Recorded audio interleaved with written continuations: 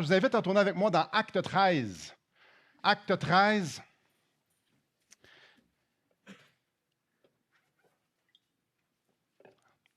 Alors, Acte 13, c'est un beau texte, mais avant de plonger dans le texte, on va se mettre un peu dans le contexte de ce matin.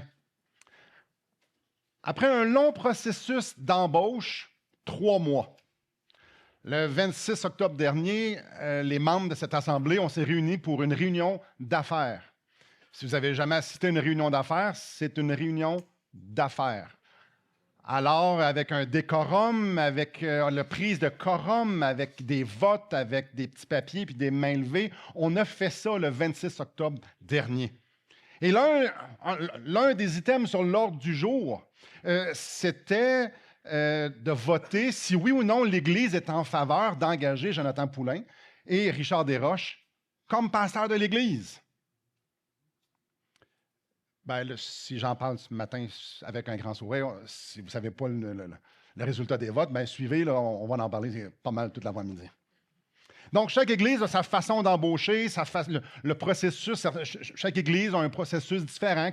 Parfois, c'est similaire, parfois, ça ne l'est pas. Tu sais, ça dépend. Puis, que dire que maintenant, le processus de faire la présentation des nouveaux pasteurs, chaque Église a sa patente. Là. On a toute une culture d'Église différente, puis les différentes dénominations ont des façons de faire différentes, des traditions différentes, et non pas qu'il y en a une qui est meilleure que l'autre, chacun a la sienne, et c'est bien correct comme ça. Ça donne bien. Comment on appelle un pasteur à l'œuvre du ministère dans une Église?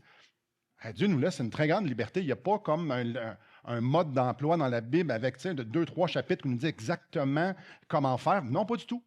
Il y a une grande liberté. Alors, dans certaines églises, c'est super élaboré. Et dans d'autres églises, ben, c'est plutôt simple.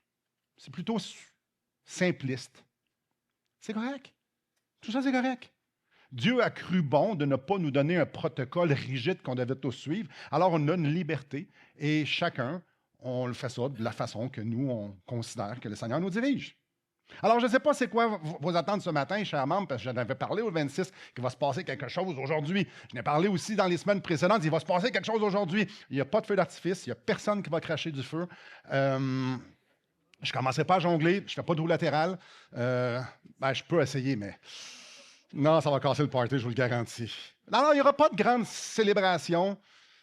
Non, ça ne sera pas super élaboré. Non, il n'y aura pas de flafla. Là, oh. Merci. En fait, j'ai vraiment juste une chose en tête, j'ai vraiment une chose sur mon cœur, c'est qu'on puisse vivre quelque chose de glorieux en famille. Et je souligne ici le mot « famille ».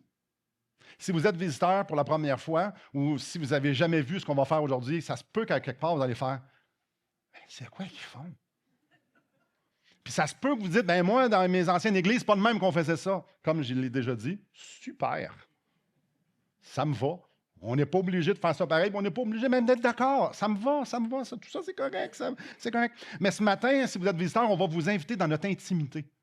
Ce matin, c'est une réunion super familiale où est-ce que l'Église de Christ va faire quelque chose de vraiment spécial et de vraiment glorieux. Et si vous êtes, ça fait quelques mois, quelques semaines, c'est comme vous allez voir en arrière du rideau un peu une partie de notre ADN. Ça va être familial ce matin.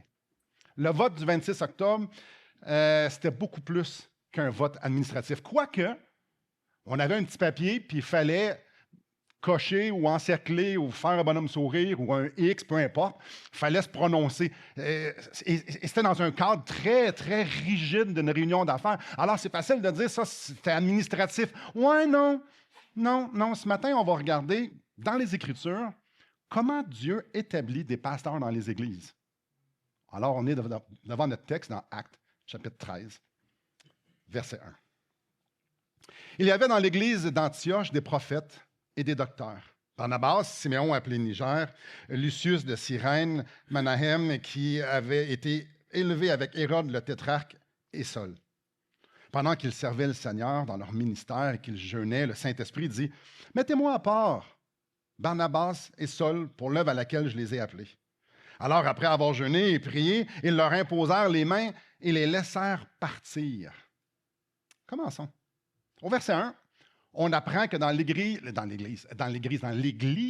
d'Antioche, il y a 5 leaders. Il y en a des prophètes, puis il y en a des docteurs. Ça commence en parlant de Barnabas. Barnabas, c'est le compagnon, c'est un très, très, très, très proche collaborateur de Paul. Barnabas, vous savez, quand Paul se convertit sur le chemin de Damas, Paul, persécuteur d'Église, le Saint-Esprit l'a guidé vers Barnabas. Barnabas, c'est un homme reconnu pour être plein d'Esprit Saint, plein de foi. C'est un homme bon, c'est un homme de bien. Barnabas, c'est un big. Siméon, appelé Niger, on n'a pas grand-chose sur lui, on ne sait pas grand-chose, sinon qu'il venait probablement d'Afrique. Lucius de Cyrène, lui, c'est le fun, c'est la seule place, son nom il est là, on sait lui, on ne sait absolument rien. Manahem, mais lui, c'est intéressant, il a été élevé avec Hérode. Ça, ce qui implique, c'est qu'avant sa conversion, il était une personne très influente.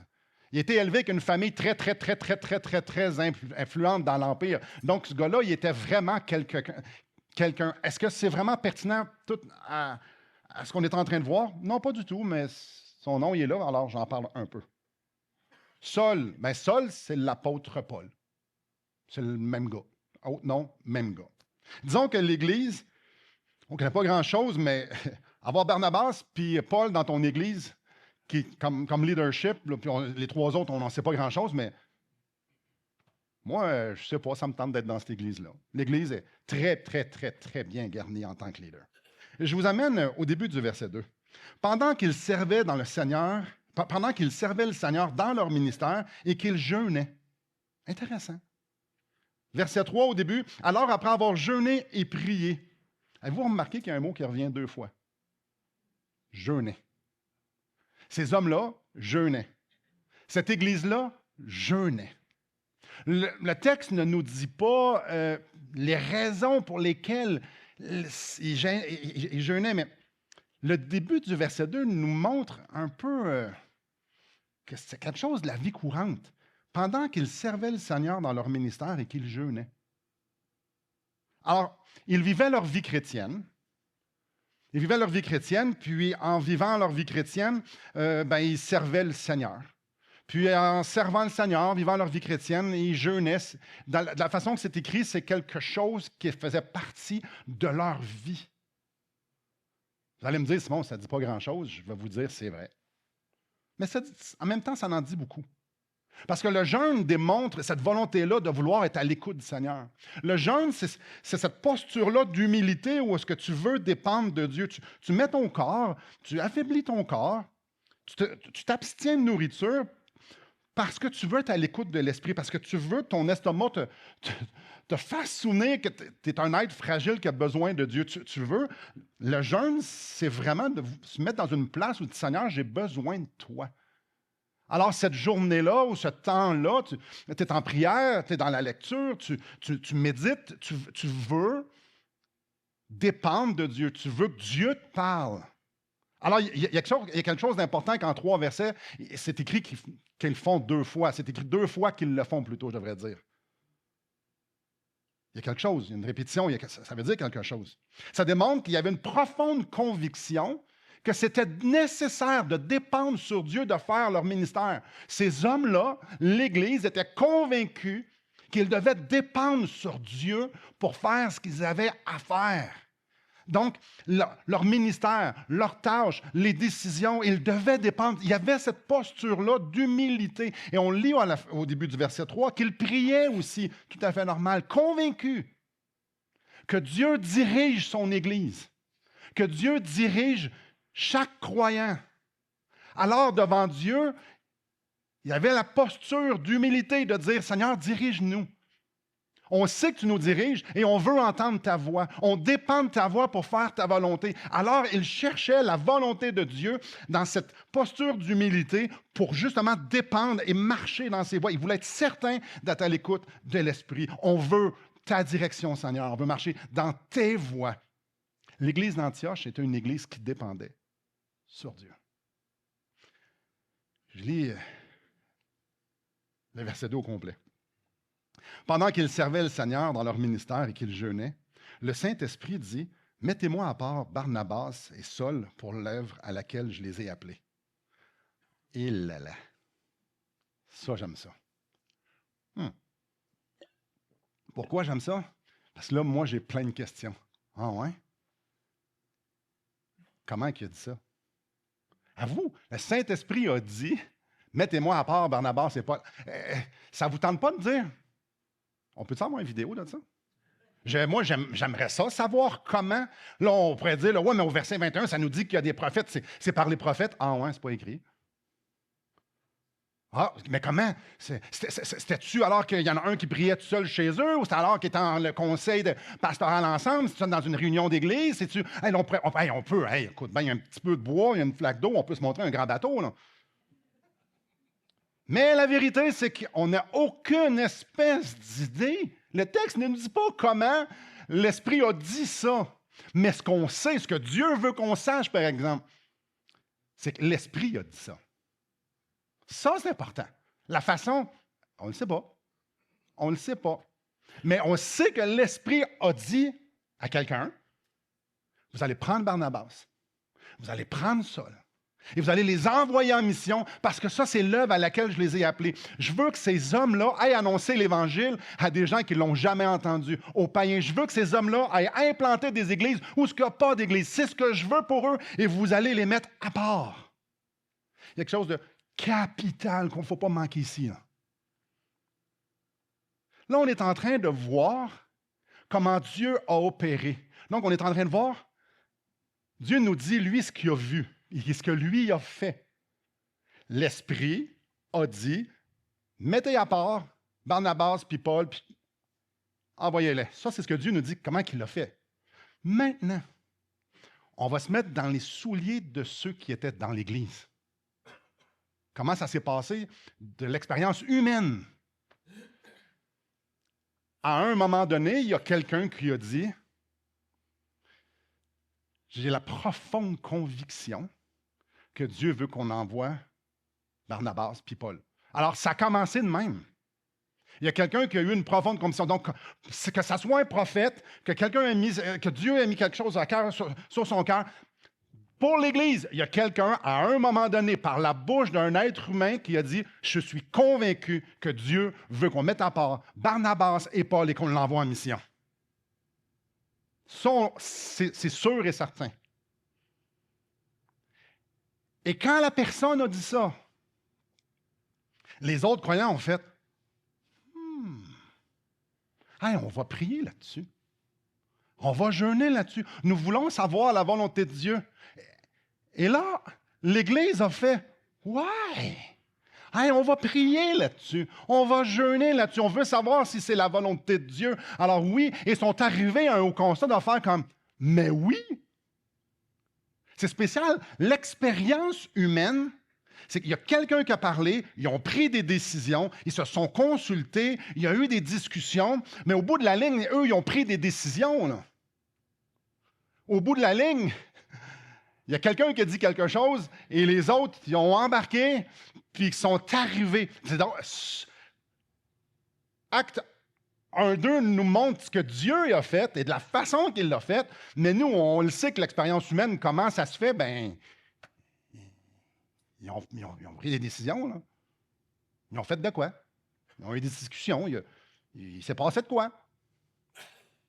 Le verset 2 nous dit super clairement ce que lui fait. L'Esprit de Dieu dirige son Église. C'est ça, c'est capital, ne manquons pas ça. C'est l'Esprit de Dieu qui a dirigé l'Église. C'est l'Esprit de Dieu qui a révélé sa volonté à un croyant, au croyant. C'est l'Esprit de Dieu qui l'a révélé. C'est l'Esprit de Dieu qui a incliné les cœurs.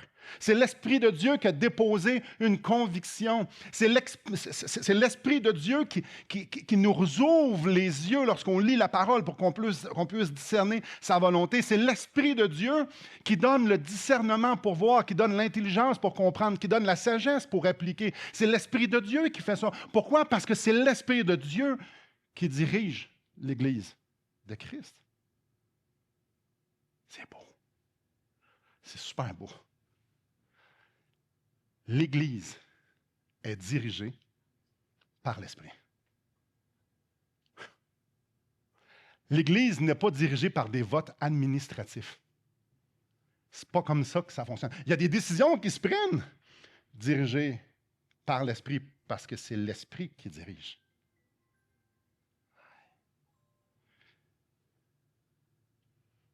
C'est fascinant comment je trouve ça beau. C'est l'Esprit de Dieu qui incline nos cœurs, qui pose des convictions. On avance. Tournez pas, mais au chapitre 11,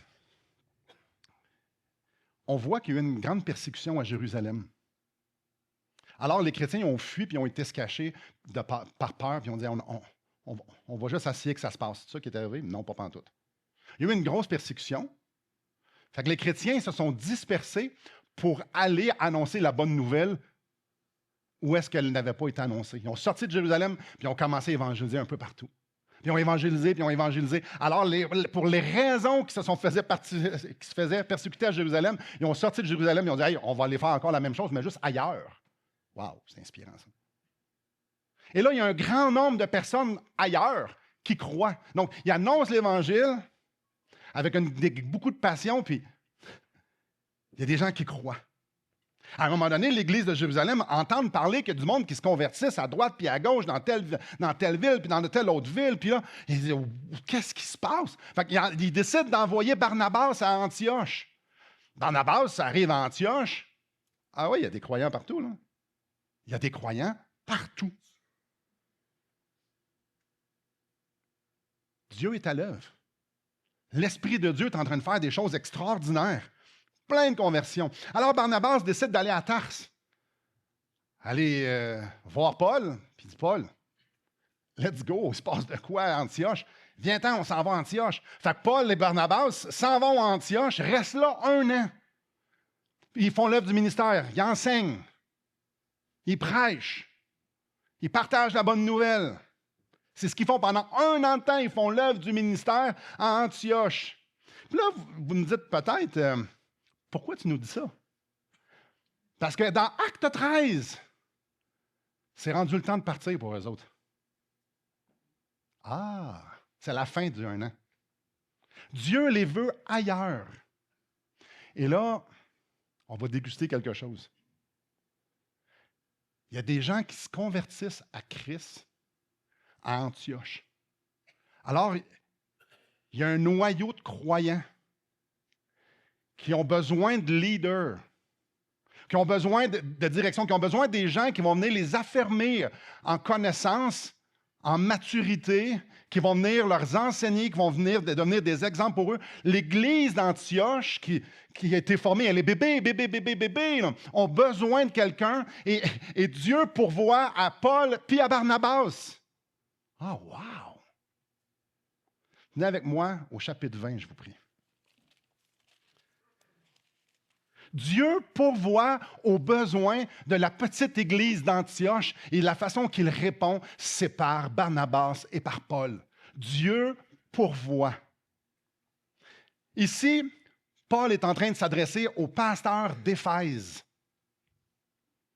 Au verset 28, en s'adressant aux pasteurs d'Éphèse, « Prenez donc garde à vous-même et à tout le troupeau sur lequel le Saint-Esprit vous a établi évêque pour paître l'Église de Dieu qu'il s'est acquise par son propre sang. » Je le relis.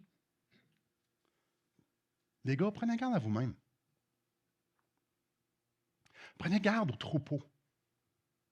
Au troupeau sur lequel le Saint-Esprit vous a établi évêque ou pasteur. Je reviens. Sur lequel le Saint-Esprit vous a établi pasteur pour paître l'Église de Dieu. Qui établit les pasteurs pour diriger l'Église? C'est écrit là, c'est le Saint-Esprit. Il est en train de s'adresser à des pasteurs puis il dit, vous avez été établis par le Saint-Esprit à paître ce troupeau-là. Vos troupeaux, C'est Dieu qui vous a établi par son Saint-Esprit. Frères et sœurs, on doit comprendre une chose ici. C'est Dieu qui établit les pasteurs dans les églises selon les besoins, selon ce que lui, il juge en son temps que c'est les besoins. Ah, c'est Dieu qui établit. C'est Dieu qui établit. C'est exactement ce que Paul écrit à l'église d'Éphèse dans Éphésiens chapitre 4.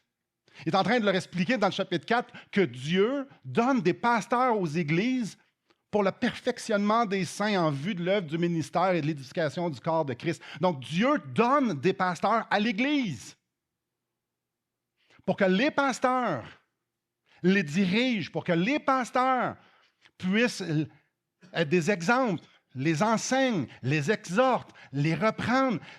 Dieu donne à l'Église des personnes qui ont des rôles de pasteurs. C'est Dieu qui le donne. C'est Dieu qui établit par son Saint-Esprit. On le voit dans Actes chapitre 20, verset 28, et on le voit très bien dans Éphésiens chapitre 4. C'est Dieu qui donne à l'Église. L'expérience humaine, ça c'est Dieu qui nous le montre encore. Ça c'est du point de vue de Dieu. Du point de vue humain, nous, on embauche un pasteur. Nous, on reçoit des CV où il y a des nominations et on embauche. On regarde tout ça. On en discute, il y a des entrevues avec eux, il y a un long processus, puis là, on en parle, puis après ça, il y a un vote là-dessus. Ça, c'est notre expérience humaine. Mais, ouais, il se passe tant de notre expérience humaine, il faut comprendre que Dieu est en train de faire quelque chose. Ce n'est pas nous qui engageons un pasteur, c'est Dieu qui établit des pasteurs par les agents ou les véhicules qui sont les croyants. Ah, wow! Dirigé par l'Esprit, vous en souvenez juste, on a parlé un petit peu plus tôt. En réalité, tout le processus est dirigé par l'Esprit. Si c'est Dieu qui établit les pasteurs, si c'est Dieu qui donne à l'Église des pasteurs, alors, comme on le voit dans Actes chapitre 13, tout le processus est dirigé par l'Esprit. Parce que Dieu veut donner à l'Église ce qu'ils ont besoin, autant que lui, il juge opportun. Alors, tout le processus, c'est l'Esprit qui le dirige pour culminer à ce que Dieu établisse quelqu'un ou des personnes comme pasteur. Alors, le 26 octobre, c'était loin d'être juste un vote administratif. C'était Dieu qui est en train de diriger chacun des membres par son Saint-Esprit depuis longtemps. On prie depuis le mois de juillet. Il y en a qui ont jeûné depuis le mois de juillet. Bien, ils ont probablement mangé entre-temps, là. Ben, j'espère. Il y en a-tu qui ont comme maigri vraiment, qui sont vraiment faibles? Parce qu'on dépendait de Dieu. Parce qu'on voulait avoir la direction de Dieu. Parce qu'on reconnaissait que c'était l'Esprit de Dieu qui nous dirigeait à prendre les décisions. Et je ne pouvais pas vous dire ça avant parce que ça aurait influencé vos votes, mais je peux vous le dire après, sachant maintenant ce que les votes étaient. Depuis le début, c'est le Saint-Esprit qui est en train de travailler dans nos cœurs, d'incliner nos cœurs, chacun d'entre nous, pour qu'en sorte que le 26, le Saint-Esprit, dans chacun des membres, nous dirige à voter oui, parce que Dieu voulait établir, donner à cette Église, Richard et Jonathan, comme pasteurs. C'est ça qui s'est passé. Alors nous, on a vécu l'expérience humaine, mais Dieu est en train de nous montrer, voici ce que moi, j'ai fait en même temps. Vous avez pris les décisions, oui, je vous ai réellement dirigé, parce que c'est Dieu qui établit les pasteurs. Il nous utilise par son Esprit Saint. Ce qui m'apporte au dernier point, on peut revenir dans notre texte, chapitre 13.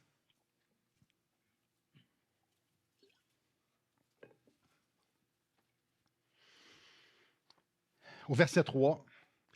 Alors, après avoir jeûné et prié, ils leur imposèrent les mains et les laissèrent partir. Oh! Comment ça s'est passé? Y a-t-il quelqu'un qui peut me dire comment ça s'est passé? J'ai regardé sur YouTube, pas de vidéo. J'ai demandé à ChatGPT, à Google, à tout le monde. Il n'y a personne qui a pris de photos. Comment ça s'est passé? Ça s'est passé Après avoir jeûné et prié, ben, ils leur imposèrent les mains, puis ils ont dit, chut, hop, partez. Est-ce que c'est les 5 ensemble? Les 5 qui sont nommés au verset 1, qui dans une chambre haute, à quelque part, là, avec des petites lampes, là, qui ont dit, hey, on va. C'est une même? Est-ce qu'il était sur la place publique? On ne sait pas. Y avait-tu des fanfares, puis y avait-tu des... Probablement pas. On ne le sait pas. C'est spécial, hein? On ne le sait pas. On ne le sait pas.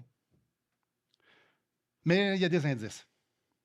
Puis j'aimerais ça vous présenter quelques indices que fort probablement comment il y a un cadre qui a dû se passer à quelque part. Puis j'aimerais ça vous le présenter.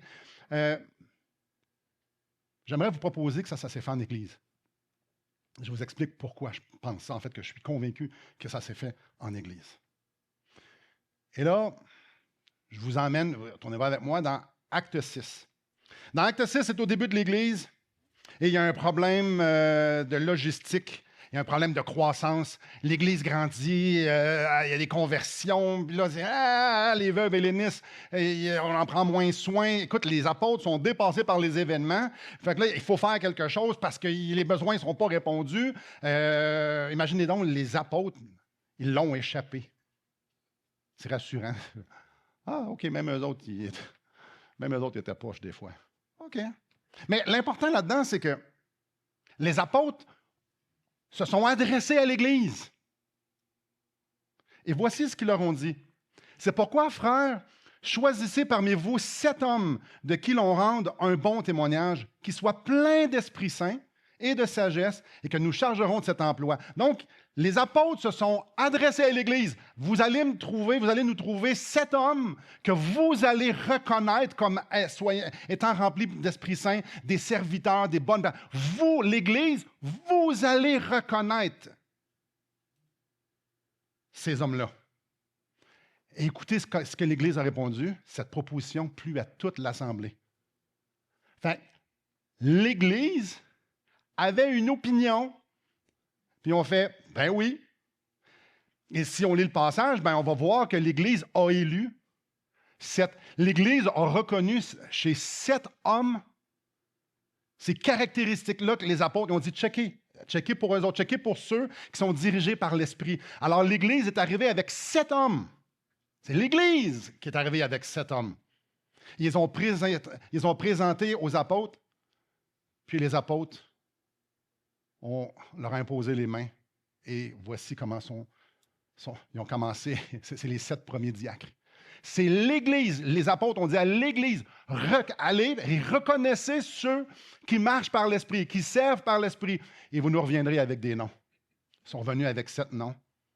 Les apôtres, eux autres, ils ont juste dit, allez reconnaître, puis ils ont imposé les mains sur ce que l'Église, sur les hommes que l'Église a répondu. Alors, qui a reconnu l'œuvre du Saint-Esprit dans la vie de ces hommes-là? C'est l'Église. C'est l'Église qui les a reconnus. Dieu a utilisé l'Église pour manifester sa volonté. Le choix de ces 6 hommes-là a passé par la reconnaissance de l'Église. C'est comme ça que Dieu a fait avancer l'Église. C'est comme ça que Dieu a donné des diacres à l'Église. C'est par l'Église, par leur reconnaissance. Là, on change un autre sujet complètement. Acte 15. Acte 15, il y a une situation qui est en train d'arriver. Ouais, ils ont des grandes décisions à prendre. Grandes décisions à prendre dans Acte 15. Ça brasse un peu dans l'Église. Alors, il y a un concile. Puis un concile, c'est exactement ce que vous pensez qui est un concile. Il y a des gens qui discutent. Ça non plus, il n'y a pas de vidéo en passant. Mais vous pourrez aller lire Acte 15, il y a quand même plus de détails. Cet après-midi, vous allez lire ça. Et là, il y a quelque chose d'intéressant, c'est qu'à ce concile-là, il arrive à une conclusion sur ce sujet-là. Donc, les gens qui sont en place arrivent à une conclusion, et écoutez bien leur conclusion au verset 22. Alors il crut bon aux apôtres et aux anciens et à toute l'Église de choisir parmi eux d'envoyer à Antioche avec Paul et Barnabas, et ainsi de suite, ça continuait. il a paru bon aux apôtres. Ce n'est pas juste les apôtres, on dit c'est de même, c'était pour se passer, et c'est de même, ça s'est passé. Non, non.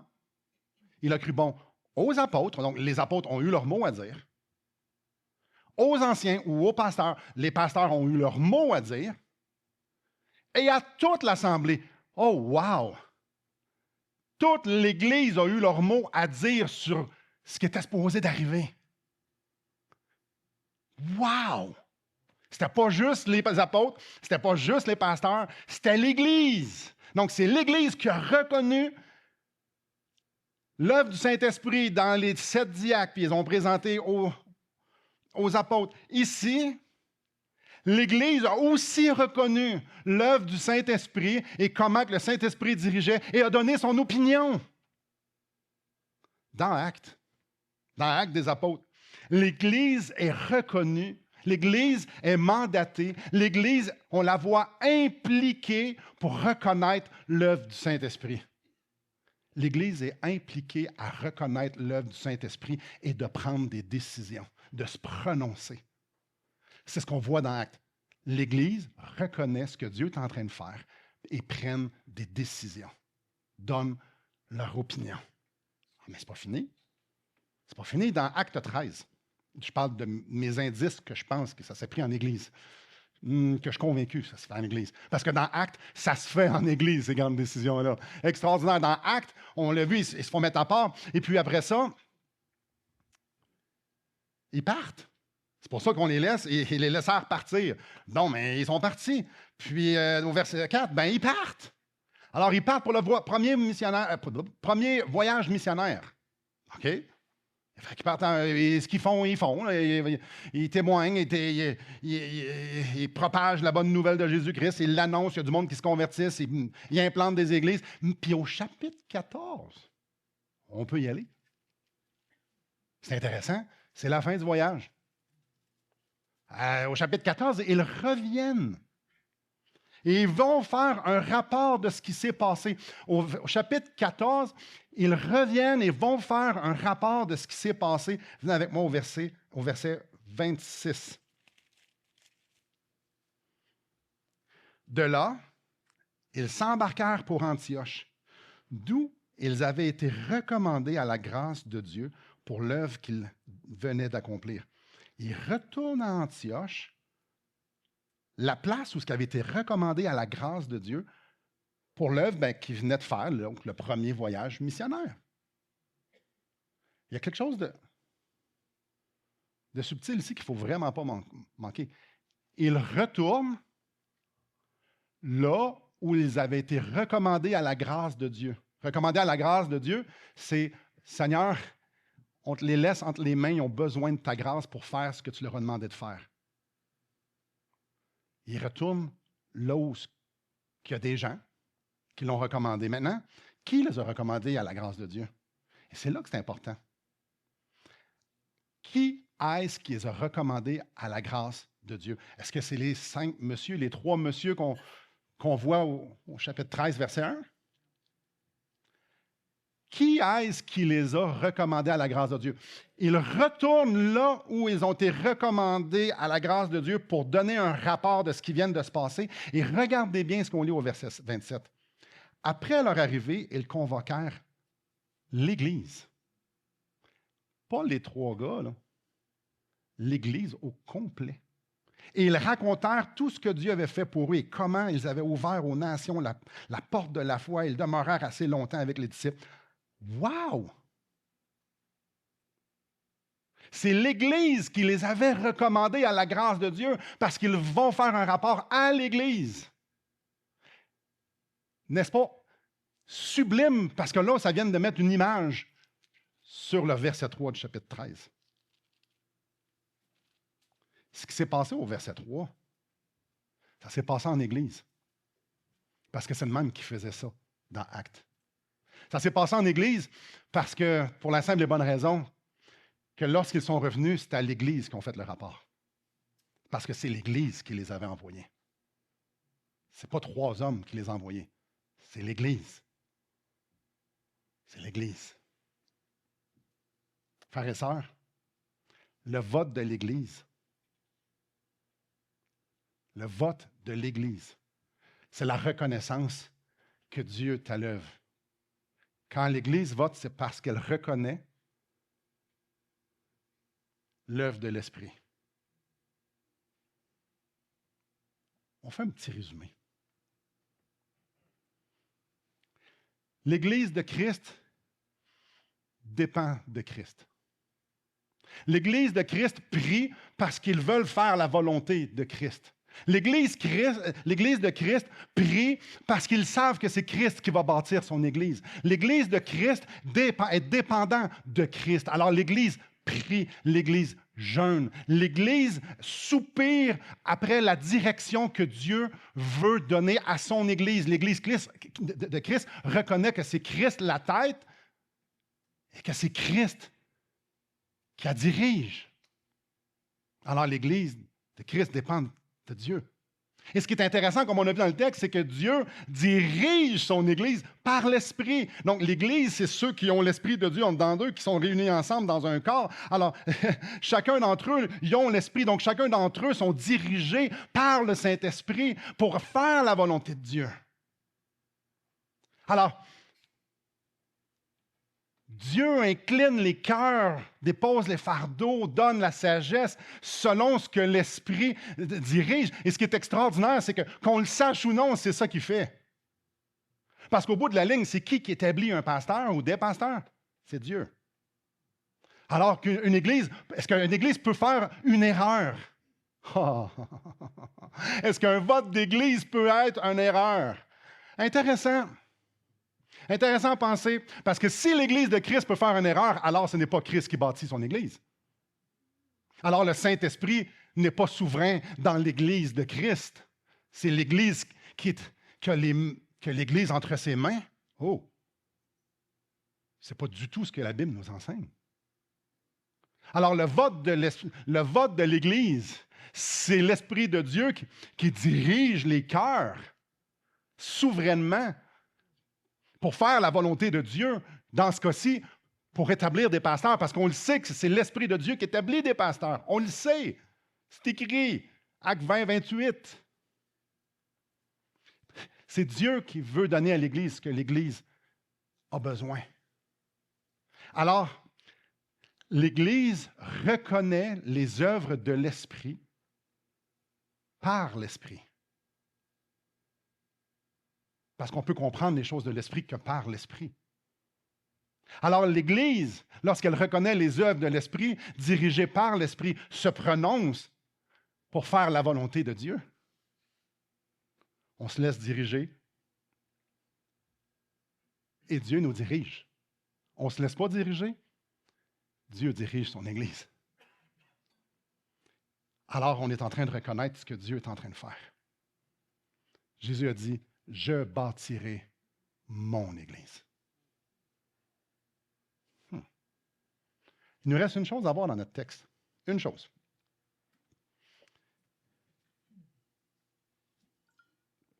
Ils leur imposèrent les mains. Oh, j'aimerais savoir une photo. Qui?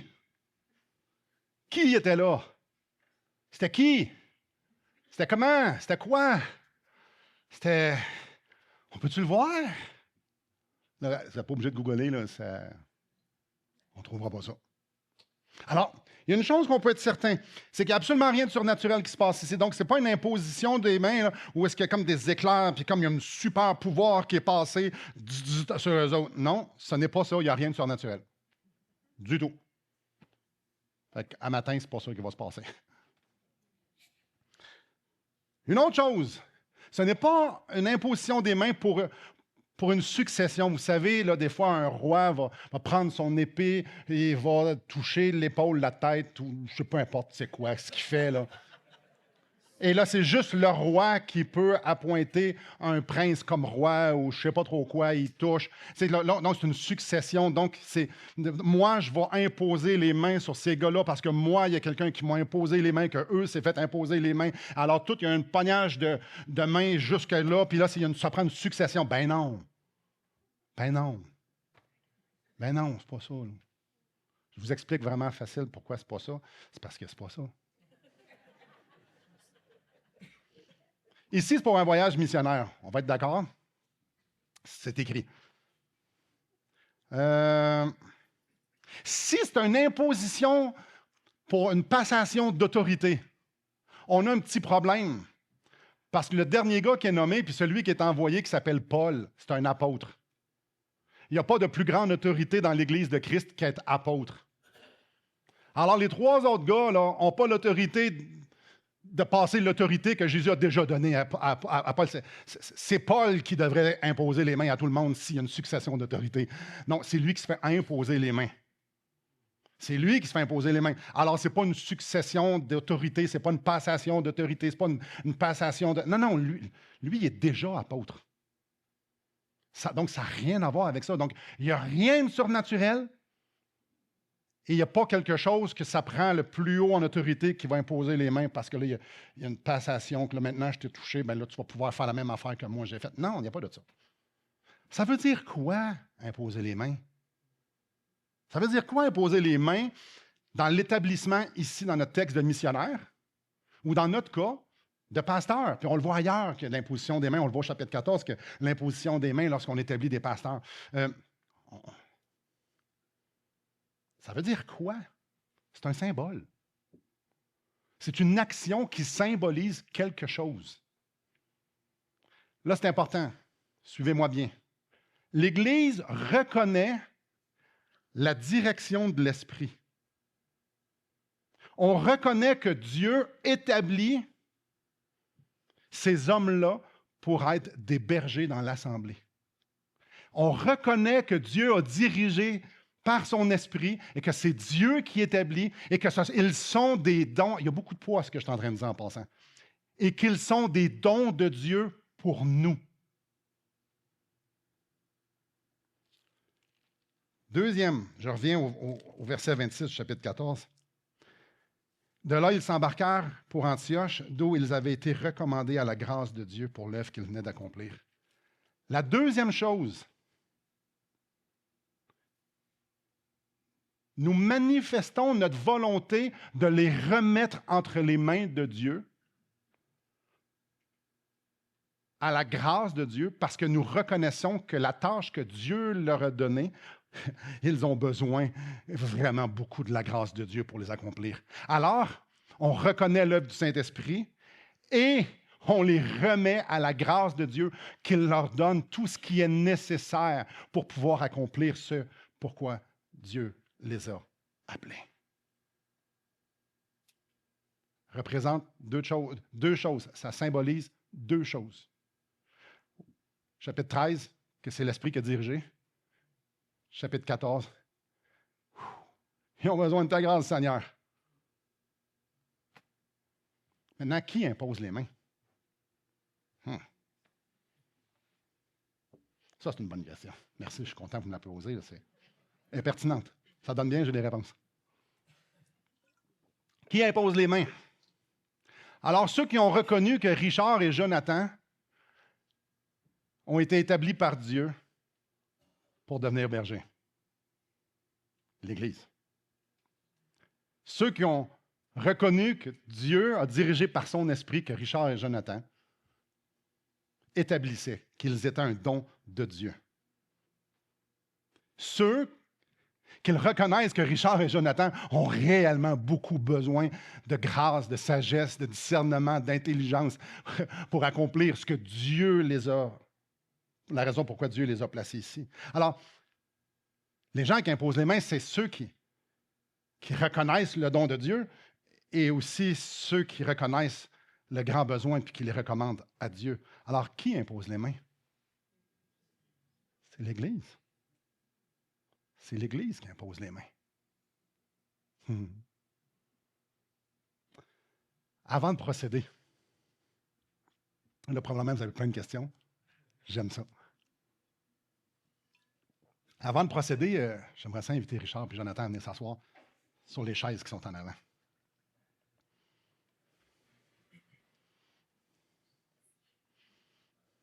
Si vous êtes malaisés, croyez-moi probablement qu'ils sont eux autres aussi.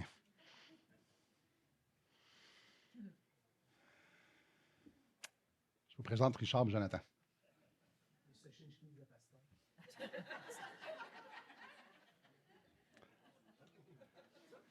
Frères et sœurs, ces hommes que vous avez devant vous, sont les dons de Dieu pour nous diriger en tant que pasteurs. Ils sont là pour vous, ils sont là pour moi, et c'est Dieu qui leur demande. C'est Dieu qui leur a mis là. C'est Dieu qui aussi, par son esprit, les a emmenés à dire oui. C'est Dieu. Ces hommes-là, Dieu les a établis pour nous diriger, vous et moi. Prenons soin d'eux. Prenons soin d'eux. Priez pour eux.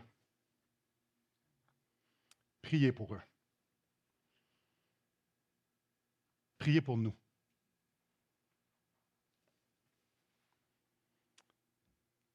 Je vous encourage d'être patient. Je vous encourage, je vous supplie d'être aimant avec eux. Je vous encourage, je vous supplie d'être encourageant pour eux. Je vous en supplie, soyez reconnaissants pour eux, envers Dieu et envers eux. Jonathan, il a une job à temps plein. Il a 3 jeunes enfants. Il prend des cours de théologie. Et il a dit oui. Il a dit oui pour servir le Seigneur, pour vous servir.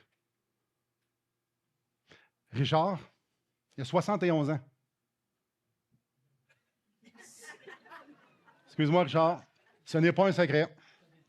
70, on aimerait le voir à 71. Il est à l'âge de prendre sa retraite, de s'acheter un véhicule récréatif puis d'aller dans le sud pendant 6 mois. Il est à l'âge de dire, je vais servir ici et là, je vais m'occuper de ma famille, je vais m'occuper de ma femme, je vais me lever un petit peu les pieds. Non, Richard a dit, je veux servir l'Église de Christ, je veux servir mon Dieu. Oh, soyez reconnaissants. Soyez reconnaissants que Dieu les établit ici. Soyez reconnaissants. Et j'aimerais vous suggérer quelque chose, vous supplier de faire quelque chose. C'est de prier pour eux. Là, ce serait le bon temps d'aller chercher les enfants.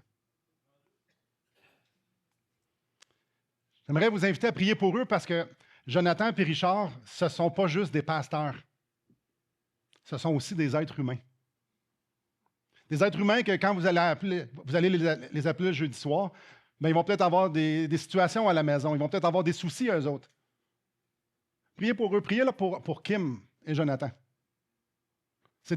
Avant d'être pasteurs, là, c'est des vraies personnes qui ont des vrais besoins et qui ont des vraies situations dans leur vie. Priez pour Kim. Priez pour Jonathan. Priez pour Richard. Priez pour Ginette. Parce qu'eux autres aussi, c'est du vrai monde. Souvent, on voit des pasteurs.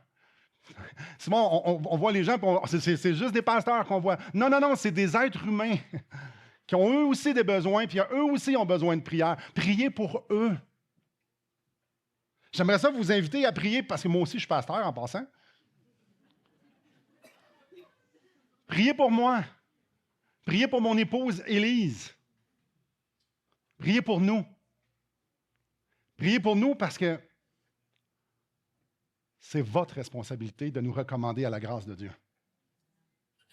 Frères et sœurs, c'est votre responsabilité de les recommander à la grâce de Dieu, de nous recommander à la grâce de Dieu. Maintenant, bonjour les enfants, maintenant, on fait comment pour imposer les mains à 2 personnes alors qu'on est peut-être 150 ici? On fait ça comment? Ça peut être pas mal weird. Ça peut être un peu chaotique. Ça se peut qu'il y ait du monde qui sorte blessé d'ici. C'est pas ça qu'on veut. Il y a du monde plus fragile que d'autres. Là, c'est moi, je lève la main. Je parle de moi ici. De façon pratique, nous ne pouvons pas tous imposer les mains à Jonathan et à Richard. De toute façon, si vous n'êtes pas membre, ce n'est pas votre place. Si vous n'avez pas voté, ce n'est pas votre place. C'est la place de ceux qui reconnaissent qu'ils ont été établis par Dieu. Et c'est la place de ceux qui les recommandent à Dieu. C'est ceux qui se sont déjà prononcés le 26 octobre. Alors, comment on fait ça? Il n'y a pas plus familial que ça. Il n'y a pas plus familial que ça. Étant donné qu'on était 3 sur le comité, ben, je vais inviter les 2 autres. Je vais inviter Guillaume, mais je vais inviter Jacques à venir. Alors, c'est eux que j'ai mandaté de prier. Donc, ils sont vos représentants. Il n'est pas encore ouvert. Ils sont vos représentants pour prier pour eux. On sont représentants, mais pour moi, c'est juste pas assez. C'est pas qu'eux sont pas assez. Comment on fait pour symboliser que tous ensemble, nous voyons l'œuvre du Saint-Esprit et que nous les recommandons à Dieu? Comment on fait pour symboliser ça? Oui, Ismaël. Alors, j'aimerais ça inviter ceux qui veulent, ceux qui ont voté, de venir nous joindre en avant. Ah ouais, venez nous voir. Puis si tout le monde est là, tout le monde est là. S'il y en a juste 5, il y en a 5, il y en a déjà plus que 5. Super. Ceux qui ont voté oui. Ceux qui ont voté. Alors, vous pouvez aller en arrière. Je vais juste vous demander de juste laisser la place ici. Léa va prendre une photo de ça tantôt. Alors, venez en arrière, faites attention pour ne pas tout faire tomber. Donc, chers frères et sœurs, c'est un moment glorieux qu'on vit en famille. Alors, allume le micro, mon cher. Alors, j'inviterai Jacques à prier pour Richard. Gloire à Dieu. Gloire à toi, Père. Gloire à toi, Père éternel. Dans ta grande sagesse, Seigneur Dieu, tu as décidé de faire une Église par la mort de ton Fils sur la croix. Quel sacrifice! Tu l'as établi à la tête de l'Église. Tu as décidé aussi dans ta sagesse de mettre des hommes. Des hommes, Seigneur Dieu, comme on a fait, on a voté pour ces hommes-là. Je te prie de leur donner, les remplir de ton esprit, leur donner cette sagesse, cette intelligence pour te connaître toi et servir dans cette grande œuvre qu'est ton Église, cette belle œuvre qu'est ton Église, cette merveilleuse œuvre qu'est ton Église, car il est bon pour des frères et des sœurs de se réunir et de te louer, de t'adorer. Merci pour Richard. Merci de l'accompagner, Père. Merci de l'accompagner son épouse pour ce service, Seigneur Dieu. C'est vraiment un service pour toi. Et je prie, Seigneur Dieu, de tout mon cœur, qu'il puisse, Seigneur, être rempli de ta grâce pour ce merveilleux service. Merci au nom de Jésus-Christ, Père. Merci. Amen. Guillaume.